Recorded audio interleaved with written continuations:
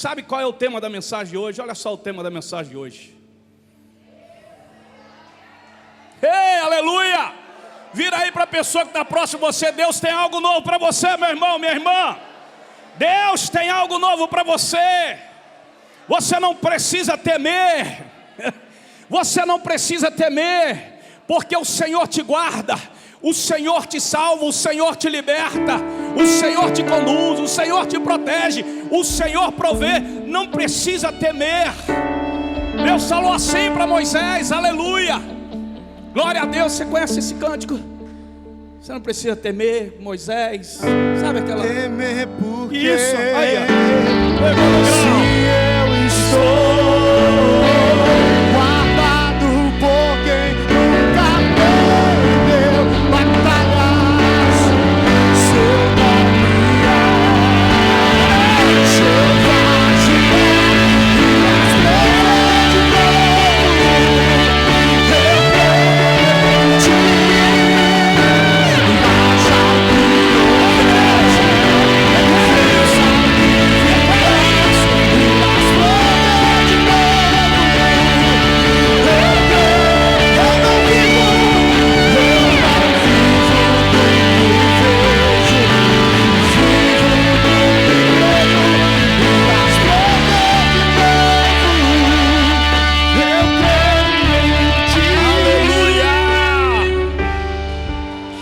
Xerecandarabás, Alamachore, Amacia, Arabaxerecandarabás, Xalamanaramachu, Macadarabassuri, Alabás. Feche os teus olhos e comece a glorificá-lo. Comece a glorificá-lo com a sua boca. Jesus batiza aqui aqueles que ainda não foram batizados pelo Espírito Santo com fogo. Comece a glorificar ao Senhor, comece a exaltar ao Senhor em línguas. Vai, igreja, comece a glorificar você.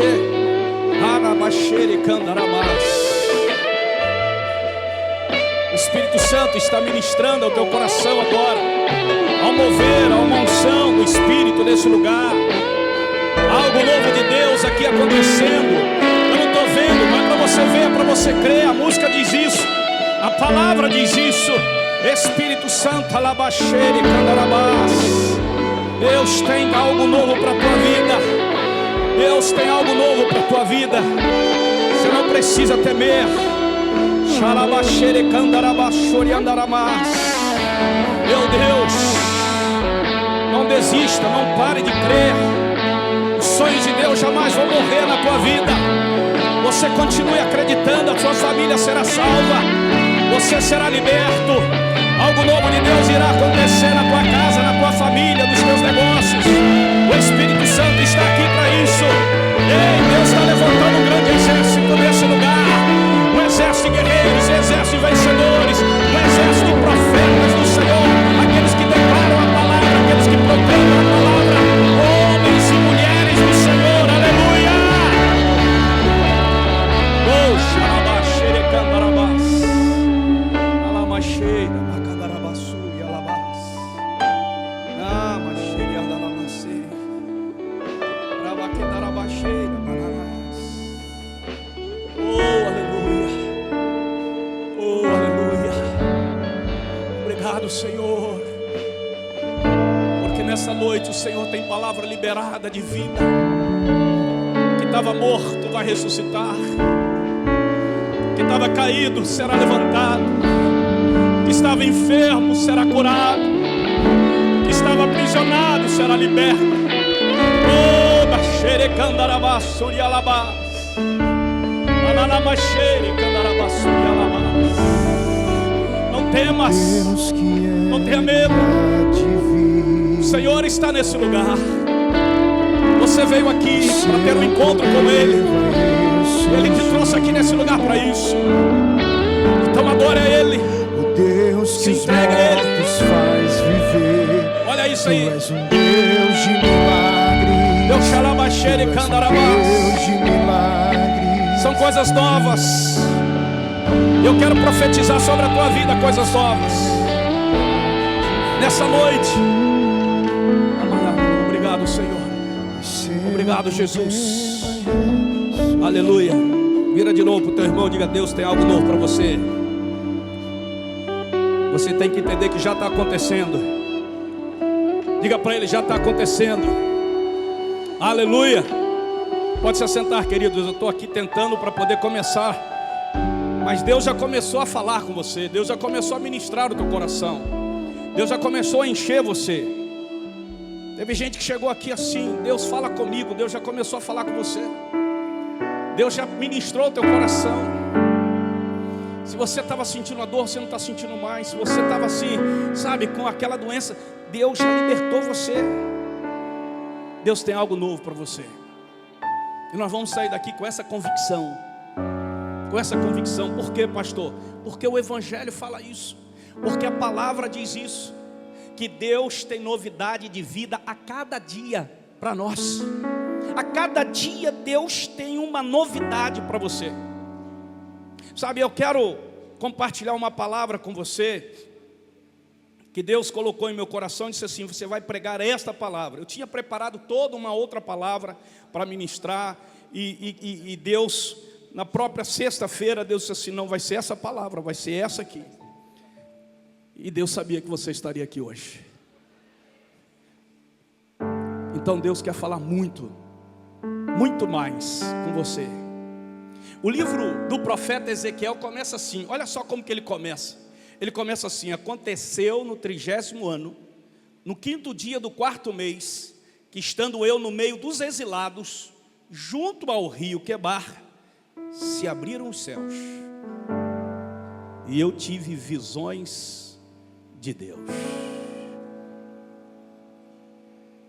Dá para você entender esse versículo? Não, pastor. Talvez você possa dizer assim: o que eu posso entender aqui é que ele estava exilado, junto com outros exilados, que são escravos, e que na beira desse rio, junto ao rio, ele viu os céus abertos, e teve visão de Deus. Deixa eu falar um pouquinho sobre Ezequiel com vocês. Quem era Ezequiel? Ezequiel era um jovem que estava sendo preparado pelo seu pai, que também era sacerdote, para ser sacerdote. É como se, eu vou dar um exemplo aqui, uma comparação. Vou fazer essa comparação só para você entender. É como se um dos melhores jogadores do mundo hoje, que é o Cristiano Ronaldo, e o seu filho, que joga futebol e está com ele na Arábia, 12 anos de idade, o nome dele é Ângelo, e ele joga futebol, está sendo preparado pelo pai para ser um jogador profissional. O sonho dele é ser como o pai dele, um jogador de sucesso, um jogador profissional. E esse menino cresce nessa atmosfera, vendo o pai, o sucesso do pai, e o pai lado a lado com ele ensinando: ó, meu filho, você vai ser assim também. E de repente acontece uma tragédia na vida daquele menino, e tudo aquilo que ele sonhava, que ele criou, foi criado nele a expectativa daquilo que ele sonhava, se acabou. Exatamente assim. A expectativa acabou, porque uma tragédia aconteceu na vida daquele jovem. Foi exatamente assim que aconteceu na vida de Ezequiel, aquele rapaz. Interessante. Uma grande frustração, uma grande decepção aconteceu na vida desse profeta, desse rapaz, que estava sendo criado, e ele seria o sonho dele, o que era idealizado pelos pais, idealizado por ele mesmo. Ele abraçou isso, e de repente uma tragédia aconteceu, e houve então uma grande frustração. Frustração é nós não atingirmos o ideal planejado, o sonho que nós temos.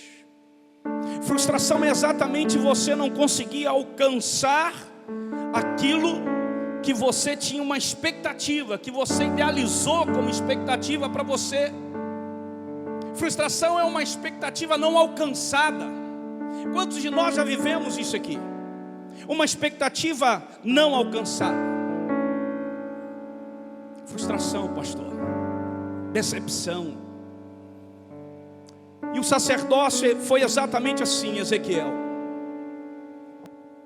Aos 24, 25 anos de idade, faltava somente 5 ou 6 anos para ele realmente se tornar um sacerdote e exercer de forma oficial a sua função sacerdotal, como sua expectativa. Interessante, fazendo aqui uma ligação, só para você entender o contexto histórico da questão do sacerdócio, daquilo que era importante, porque o sacerdote era aquele homem que era preparado para levar a Deus a demanda do povo, o clamor do povo. E interessante que Jesus, a mesma coisa. Você sabe por que Jesus começou o ministério dele aos 30 anos de idade? Por quê, pastor? Porque não se podia começar o sacerdócio, oficializar o sacerdócio antes dos 30 anos de idade. Por isso que Jesus começou o ministério dele aos 30 anos de idade. Você nunca teve curiosidade por que ele começou exatamente aos 30 anos? Exatamente por causa disso. Porque Jesus se tornaria o nosso sumo sacerdote. E para os judeus, isso era preponderante. Ele teria que começar o ofício dele de sacerdote aos 30 anos de idade. E Ezequiel, meus queridos, conforme o texto que começou o seu livro, ele viveu uma tragédia. Aos 24, 25 anos, de repente, naquele afã, naquela expectativa, ele tem uma visão de Deus. Cativo. O que aconteceu ali, pastor? Nabucodonosor invadiu Jerusalém e levou cativo de Jerusalém todos os nobres de Jerusalém e aqueles que estudavam o sacerdócio e aqueles que já eram sacerdotes. Nabucodonosor os levou e dentre eles estava Ezequiel. Acabou. O sonho acabou. E interessante, irmãos, que Ezequiel não tinha absolutamente como fazer nada para mudar essa história. Nada. Imagine a dor dele, a frustração dele. Eu não vou nem pedir para alguém aqui levantar a mão, ou vocês levantarem a mão, quem aqui já viveu um momento profundo de expectativa que você tinha e foi frustrado nisso. Todos nós já vivemos uma situação como esta. Talvez existam pessoas aqui nessa noite que estão passando por isso. Pastor, na minha vida está sendo assim agora. Eu tive uma grande frustração, uma grande decepção na minha vida. Eu quero te dizer em nome de Jesus, querido, que o Senhor quer dizer uma coisa para você. Nem tudo você vai conseguir mudar na vida. Um dos maiores erros que nós cometemos é imaginar que nós temos o controle sobre tudo na nossa vida. Quem tem o controle sobre tudo na nossa vida é Deus, é o Senhor. Na verdade, nós não temos controle de absolutamente de nada. E o que eu devo fazer então, pastor? Você deve aprender o seguinte, guarde esse conselho: aprenda a lidar com aquilo que você não pode mudar, porque senão você vai surtar. Existem coisas na nossa vida que nós temos que aprender a lidar com elas, para poder nós não entrarmos num surto. Quantas pessoas hoje estão vivendo essa realidade? E Ezequiel, eu só estou aqui contextualizando, que é necessário contextualizar. Ele começa o livro dele escrevendo exatamente que ele estava na beira de um rio, juntamente com os demais. E de repente, ele olha para os céus e vê os céus abertos. Interessante, meu irmão. Qual é a mensagem de Deus aqui para Ezequiel e para nós nesse momento? No momento de maior frustração, de decepção, no momento em que você não tem como fazer absolutamente nada para mudar aquela situação que apareceu, o que nós temos que fazer? esse momento é o momento que Deus está mais interessado em trazer visões do céu para você. Deixa eu te dizer uma coisa: a frustração, a decepção de não ter alcançado algo que nós tínhamos como expectativa, se torna um passaporte que Deus usa para habilitar, para nós alcançarmos as visões que Ele tem para nós. Deus nos capacita nesse momento de frustração, de decepção, de possibilidade de que aquele cenário é um cenário de fracasso. Mas Deus usa isso para te fortalecer e dizer assim: eu tenho uma visão nova para você, eu tenho algo novo para você, Ezequiel. Aleluia. Ezequiel tem duas opções: ou ele fica olhando para o sonho dele que morreu. Eu queria ser sacerdote. Ele tinha duas opções: ou ele olha para isso que morreu, o sonho morreu, o pastor morreu. Ou ele tinha essa opção, ou ele tinha outra opção, que era olhar para as visões que Deus tinha para a vida dele.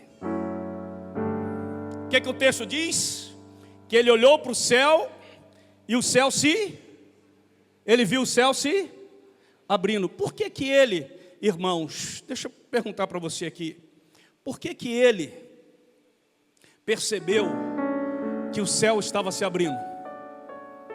Por quê? Diga assim: porque ele estava olhando para cima.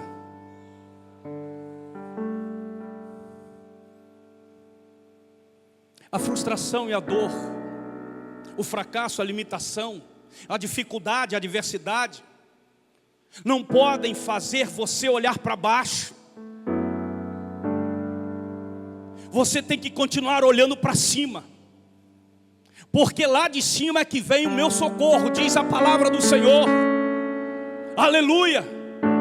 O que muitas vezes nós fazemos quando nós estamos enfrentando uma decepção, uma frustração, uma limitação, uma adversidade, a nossa tendência é desanimarmos, é desfalecermos, é olharmos para baixo, quando a Bíblia diz: você tem que olhar para cima, porque o céu não está fechado para quem olha para cima.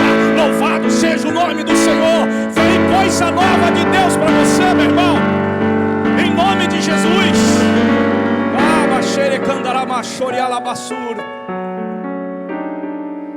Você lembra quando Deus chamou Abraão de dentro da tenda? Deus chamou Abraão: sai, Abraão, e olha para cima. Aí você vai dizer assim: era para contar as estrelas do céu? Não, meu irmão. Deus manda você olhar para cima para ver as promessas que Ele tem para você.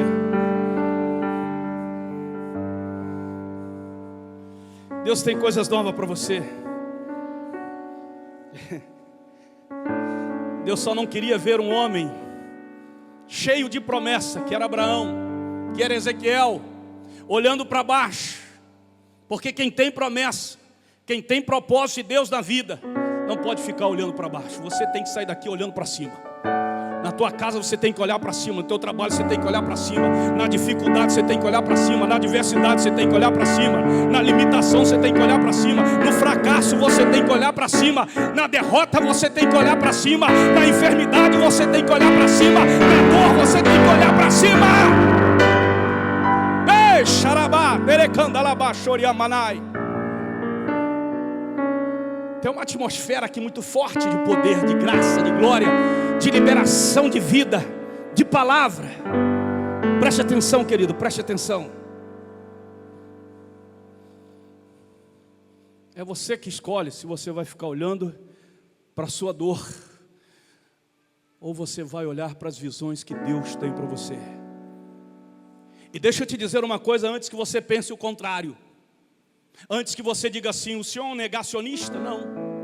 Viver, querido, pelas visões de Deus não é estar negativando a dor, porque a visão não negativa a dor, ela só não para diante da dor. Ela não permite que a dor venha governar a sua vida, que a derrota venha governar a sua vida. que a fraqueza venha governar a tua vida. Não. A visão de Deus vem exatamente para te fortalecer. Ezequiel sabia muito bem o que era viver escravo, o que era estar ali naquela beira do rio junto com os cativos, a dor, a frustração. Mas o que ele está olhando? O que ele está vendo é tão grande, tão maravilhoso, que paralisava a dor daquilo que ele havia sido frustrado. O sonho de Ezequiel era ser sacerdote. Ele viu o seu sonho morrendo. E eu pergunto a vocês aqui que estão aqui, por que o sonho de Ezequiel morreu? Por quê? Por que, pastor? Tudo certinho. Não dá para entender, a conta não fecha. Estava tudo certo. Estava tudo andando direitinho, estava me preparando, meus pais estavam me ajudando, estava tudo, sabe? E por que de repente Deus permitiu isso? Deus fez morrer o meu sonho. Sabe por quê, querido, que o sonho dele morreu? Para que o de Deus nascesse na vida dele. Então deixa eu te falar uma coisa, quando o sonho seu morrer, é porque Deus quer que o dele nasça no teu coração, na tua vida, em nome de Jesus. Aleluia. E talvez há pessoas aqui que estão dizendo, pastor, realmente a conta não fecha, não dá para entender isso. E nesse contexto, querido, nesse contexto de escravidão, de cativo, Israel não precisava de um sacerdote. Não. E quem sabia disso? Era Ezequiel? Não, era Deus. Porque quem conhece o amanhã é Deus, não nós. Ezequiel estava fazendo tudo certo. Mas Deus mostrou para ele, agora, o povo não precisa de um sacerdote. O povo não precisa de alguém que traga para mim a dor deles. O povo precisa agora de um profeta que leve a minha palavra para eles. Tem muita gente precisando que você, servo e serva de Deus, leve a palavra para ele. A palavra de vida, a palavra de esperança, a palavra de libertação, a palavra de cura, a palavra de restauração. Aleluia! Você é o canal de Deus, é o instrumento de Deus. Era Deus falando, Ezequiel, você estudou a vida toda para levar, sabe, do povo, a voz do povo para mim. Mas agora eu estou mudando isso. Eu preciso de um profeta. Você não vai ser o que você idealizou. Você vai ser aquilo que Deus planejou para você. E recebe aí, irmão, em nome de Jesus. Aí Deus fala para ele, você vai ser o que eu planejei para você. Sabe o que eu planejei para você, Ezequiel? Não foi o sacerdócio. Você vai ser profeta. Você sabe o que Deus preparou para você, o que Deus tem planejado para você? É hora de você começar a entender isso. Deus tem coisas maiores para a sua vida. Diga isso para alguém que está aí perto de você. Deus tem coisas maiores para a sua vida.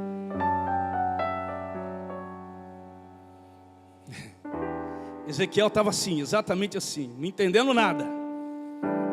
Deus estava no controle de tudo. Deus, diga assim, Deus está no controle de tudo. E aí eu quero ler esse texto com você, para dar continuidade ao que Deus está falando para você. Deus tem algo novo para você. Veio sobre mim a mão do Senhor. Ele me levou pelo Espírito do Senhor e me deixou no meio de um vale que estava cheio de ossos. E me fez andar ao redor deles. Lembra aquela música do Vale de Ossos? Eu acho que era daquela mesma. Essa aí, essa daí. Eu ia até cantar, mas esse menino está aqui, ó. Ó. Faz um exército vai se levantar sobre isso. As feridas não tratadas, vem restaurar. Segura aí.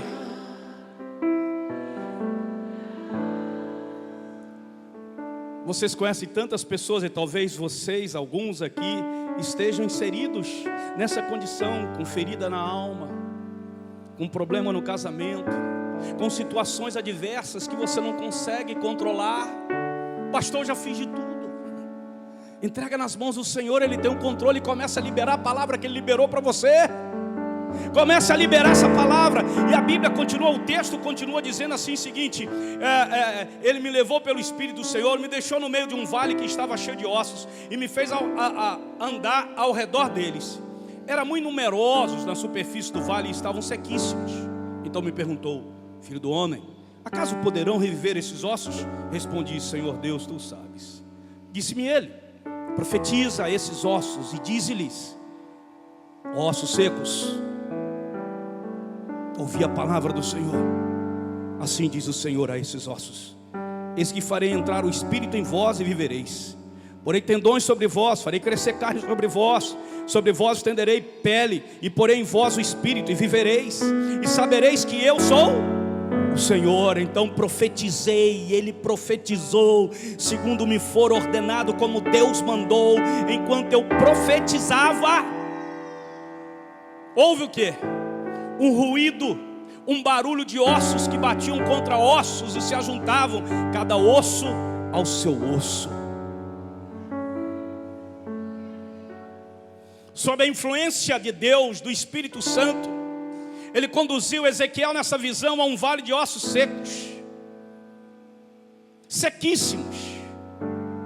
Aqui não tem nada a ver de Ezequiel querer ir, irmãos, a um vale de ossos secos, ou seja, a um cemitério.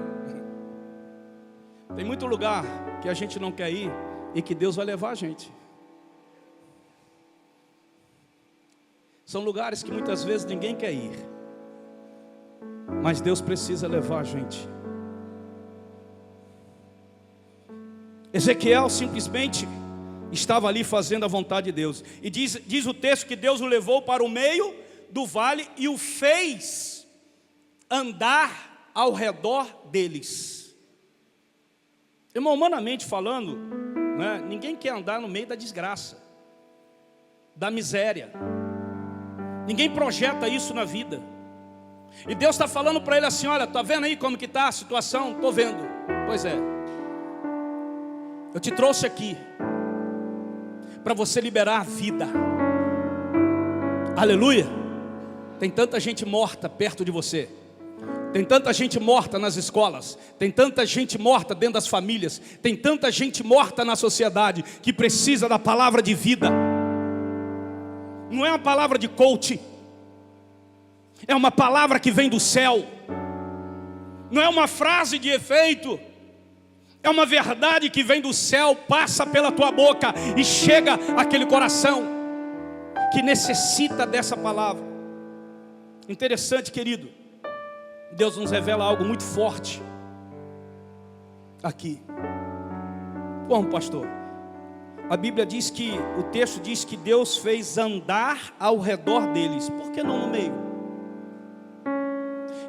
Isso me leva a fazer uma conexão com Jesus no milagre do casamento em Caná da Galileia.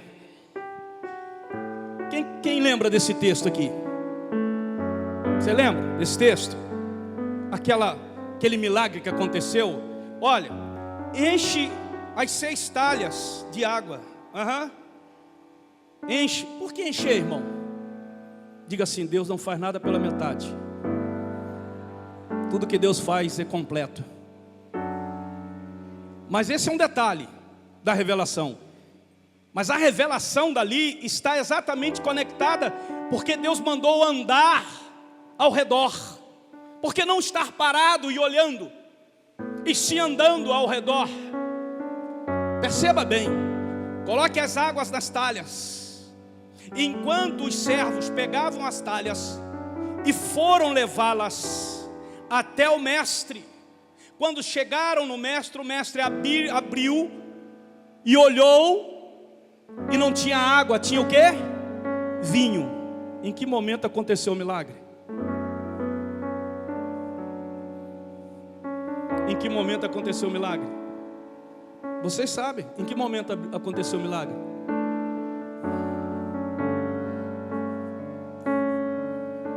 Em que momento aconteceu o milagre, gente? No caminho, quando eles andavam. Não se tem milagre se você está parado.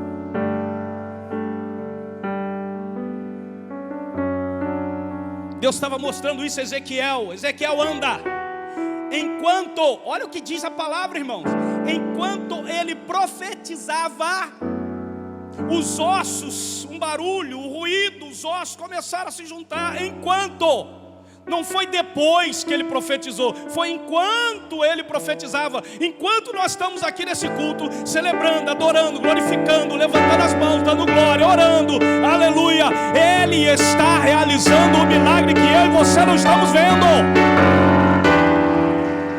Aleluia, se é para aplaudir, aplaude mesmo. A ele a glória, a ele a honra, a ele o louvor. É algo poderoso em Deus, pastor, é algo poderoso, irmão. Essa revelação é poderosa. Tem muita gente que está esperando o milagre de Deus, mas não caminha. Não está andando debaixo da ordem de Deus. Não está andando debaixo do comando de Deus. Mas eu quero um milagre. Mas eu preciso do milagre, Senhor. Mas Ele está te dando uma ordem.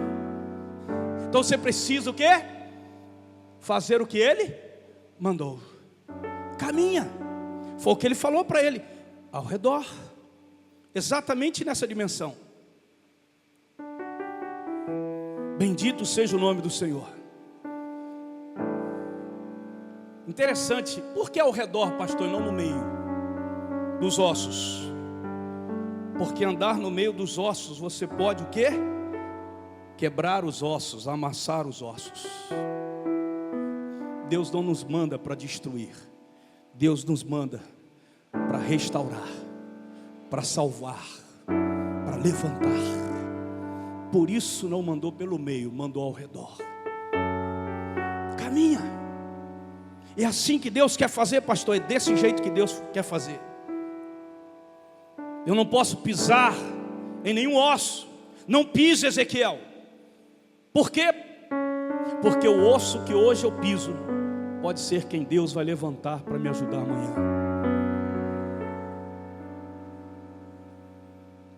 Pessoas que você não dá nada por elas, podem ser exatamente essas pessoas que Deus vai usar lá na frente para ajudar você. Fala para alguém que está ao teu lado: aproveita e cuida bem de mim.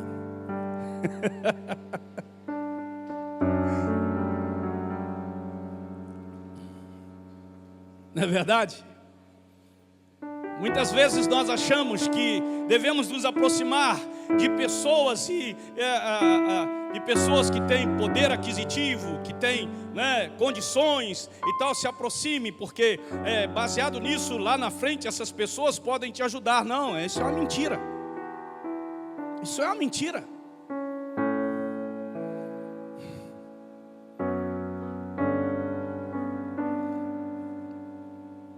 Deus vai usar exatamente pessoas que hoje você não dá nada por elas. A essas pessoas você tem que liberar uma palavra de vida sobre elas. São elas que Deus vai usar amanhã para ajudar e abençoar você. Tome cuidado, irmão. Em nome de Jesus. A Bíblia diz que era uma multidão de ossos que estavam aonde? Na superfície. Você já viu o osso na superfície, irmão? Por que os ossos estavam na superfície, não enterrados? Já parou para pensar nisso, nesse texto? Porque uma multidão de ossos, pastor, estavam expostos e não enterrados. Por que eles não estavam embaixo da terra, em cima da terra? Fala assim: porque Deus tinha um plano para esses ossos.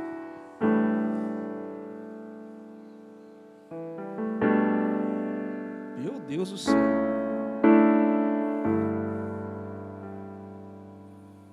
Enquanto Deus tem um plano, ninguém vai jogar terra.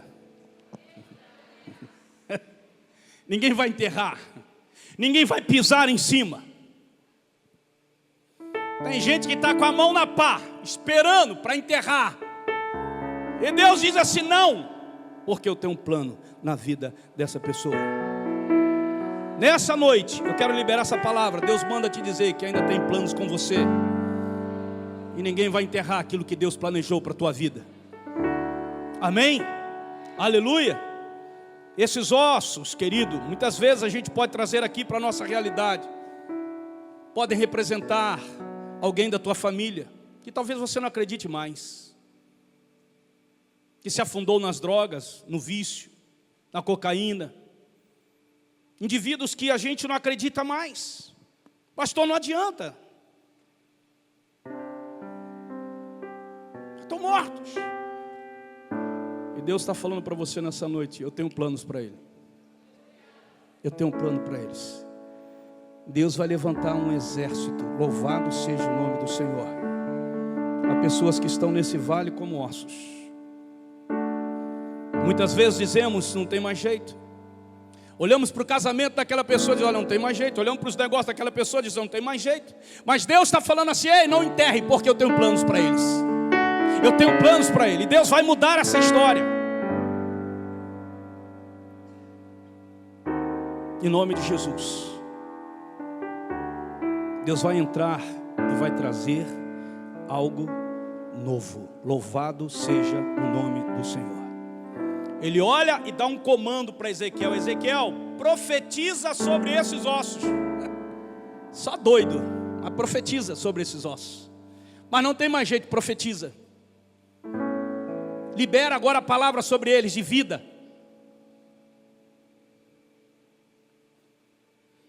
Porque eu posso ver alguém que está ali destruído. Eu posso olhar para aquela situação e dizer assim: não tem mais jeito. Mas Deus não. Deus olha para aquela situação que está um caos. Ele diz assim: não, eu vou tornar esse caos em ordem. Fica tranquilo. Você está comigo aqui ainda? Você está entendendo isso? O que os nossos olhos enxergam, Deus enxerga diferente. Quando você olha um homem caído, Deus olha aquele homem levantado, prostrado diante dele. Amém? Quando você olha o seu esposo que não tem mais jeito: pastor, olha, já fiz de tudo. Não tem jeito, não, vai ter jeito sim. Ei, olhe para ele como um filho restaurado, liberto em nome de Jesus. Olhe para aquela pessoa como uma pessoa completamente restaurada. Amanhã ela vai estar aqui cantando, louvando o nome do Senhor. Amanhã ela vai estar lá no som, trabalhando e servindo ao Senhor. Amanhã ela vai estar lá servindo ao Senhor. Louvado seja o nome do Senhor. Comece a entender isso e a declarar isso. Nós iremos ver Deus levantando um grande exército de homens e mulheres que hoje estão caídos e olhamos para eles, parece que não tem jeito. Nós pregamos, nós ministramos, nós oramos, nós jejuamos, nós entramos nas casas, mas eles não querem saber de nada. E Deus disse assim: não, eu tenho um plano para eles. Comece a olhar essas pessoas que me rejeitam, comece a olhar essas pessoas que não me dão ouvido, comece a olhar para elas como pessoas que serão libertas, como pessoas que serão salvas, como pessoas que serão restauradas. As cadeias, elas vão ser abertas, as correntes, elas serão quebradas, a cegueira acabará, os olhos se abrirão, e eu trarei essa multidão de guerreiros e ossos secos que se tornarão guerreiros mais que vencedores para esse lugar. Louvado seja o nome do Senhor. E essa família será a família que vai cuidar deles. E amanhã você vai ver 1000, mas daqui a algum tempo você vai ver 2000, daqui a um outro tempo você vai ver 3000, mas daí a algum tempo você vai ver 10.000. Louvado seja o nome do Senhor. E você é esse homem e essa mulher que Deus está falando nessa noite. Deus tem coisa nova para fazer aqui, irmão. Aleluia. Você continua acreditando? Preste atenção aqui, olha aqui para mim aqui. Você não é o que as pessoas dizem.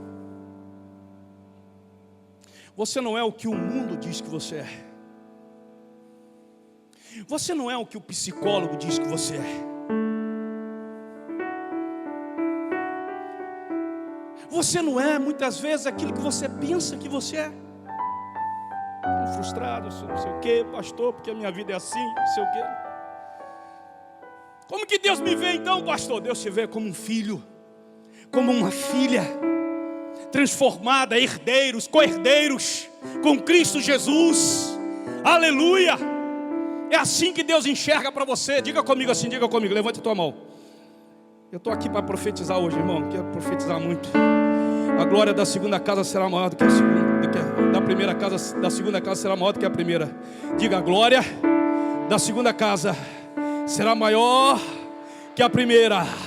A glória da segunda casa será maior que a primeira. A glória da segunda casa será maior que a primeira. A glória, a glória, a glória, a glória, a glória, a glória, a glória, a glória. Aleluia! Meu Deus! Xarabaxerecandarabás.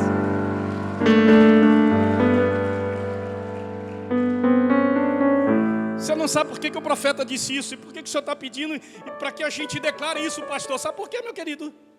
Bonitão. A primeira casa era mais frondosa. A primeira casa tinha mais riqueza. A primeira casa atraía mais pessoas.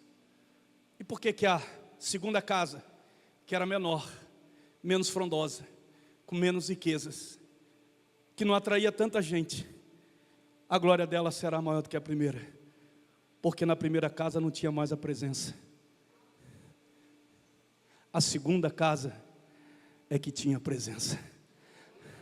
Por isso a glória da segunda será maior do que a primeira, porque a segunda tem a presença, a segunda tem o poder, a segunda tem a unção, a segunda tem os sinais, a segunda tem as maravilhas, a segunda tem os dons espirituais, a segunda tem aquele que era, aquele que é e aquele que sempre será, o Alfa e o Ômega, aquele que virá buscar a igreja dele. Deus tem algo novo para mim e para você. Deixa-me falar para você. Aleluia! Profetiza, meu filho. Profetiza. Em nome de Jesus. Vamos ficar em pé.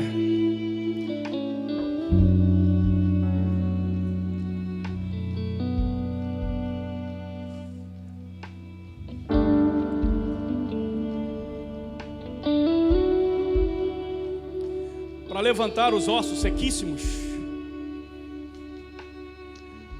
Deus